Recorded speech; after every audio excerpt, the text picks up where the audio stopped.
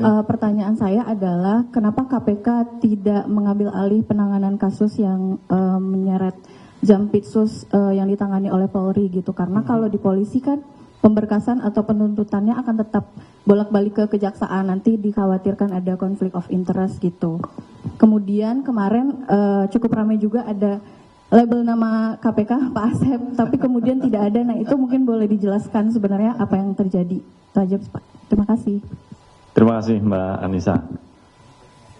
Sebelum menjawab pertanyaan Mbak Anissa, kayaknya harus minum dulu nih.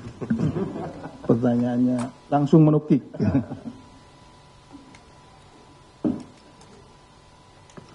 Baik Mbak Anissa, terima kasih atas pertanyaan. Kedua-duanya ini nanti saya jawab dalam satu rangkaian ya.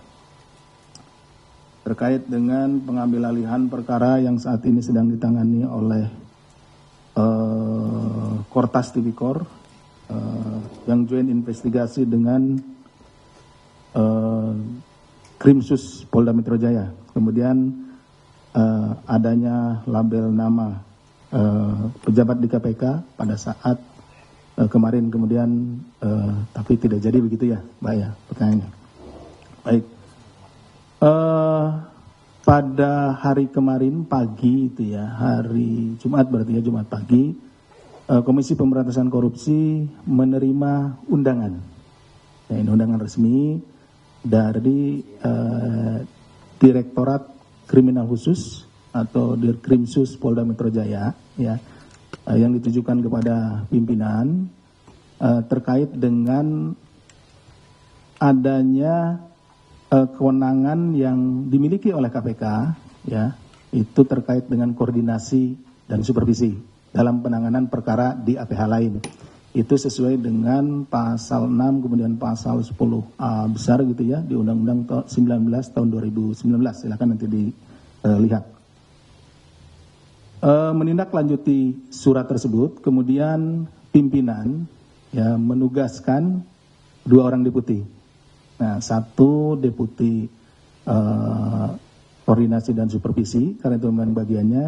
Yang kedua adalah deputi penindakan dan eksekusi, saya sendiri. Jadi kami menghadiri undangan tersebut sesuai dengan surat tugas yang diberikan oleh pimpinan kepada kami, menjawab dari surat undangan. Nah, seperti itu. Kami hadir di sana. Di sana kami berdiskusi, ya, diskusi dengan penyidik itu terkait dengan bagaimana terkait dengan koordinasi dan supervisi sebuah perkara, kan gitu ya.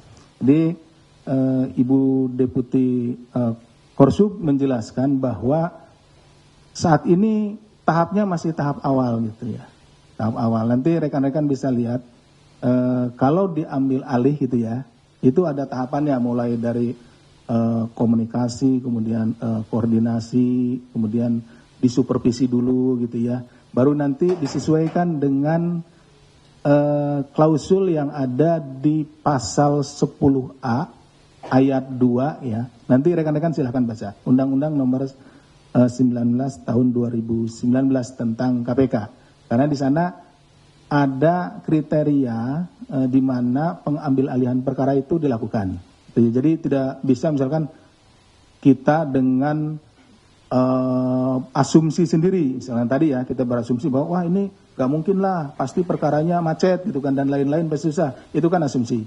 Nah, kita harus menghargai seluruh upaya yang dilakukan oleh aparat penegak hukum dalam melaksanakan penegakan hukum tindak pidana korupsi, baik dalam hal ini oleh kepolisian, Kortas Tipikor dengan Direktorat Krimsus Polda Metro Jaya maupun oleh Kejaksaan Agung nantinya, karena mereka dalam penanganan perkaranya kan ada 2 ini gitu ya, 2 atap.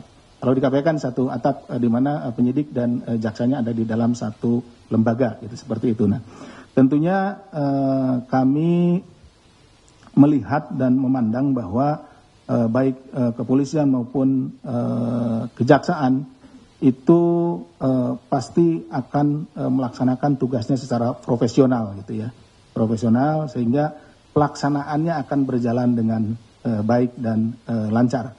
Nah, jadi Kalau ini kan baru tahap awal gitu, tahap awal. Jadi kita hanya berdiskusi seputar itu. Nah, kemudian setelah berdiskusi, rupa-rupanya mungkin tidak perlu lagi penjelasan kami disampaikan melalui konvers gitu ya, seperti itu. Cukup dijelaskan kepada penyidik yang ada di sana, sehingga pada saat konvers kami tidak lagi perlu menjelaskan hal itu. Jadi cukup dijelaskan kepada penyidiknya. Demikian mungkin Mbak Anissa ya. Kenapa label nama di awal ada, kemudian tidak ada kan, seperti itu. Download Tribun X sekarang, menghadirkan lokal menjadi Indonesia.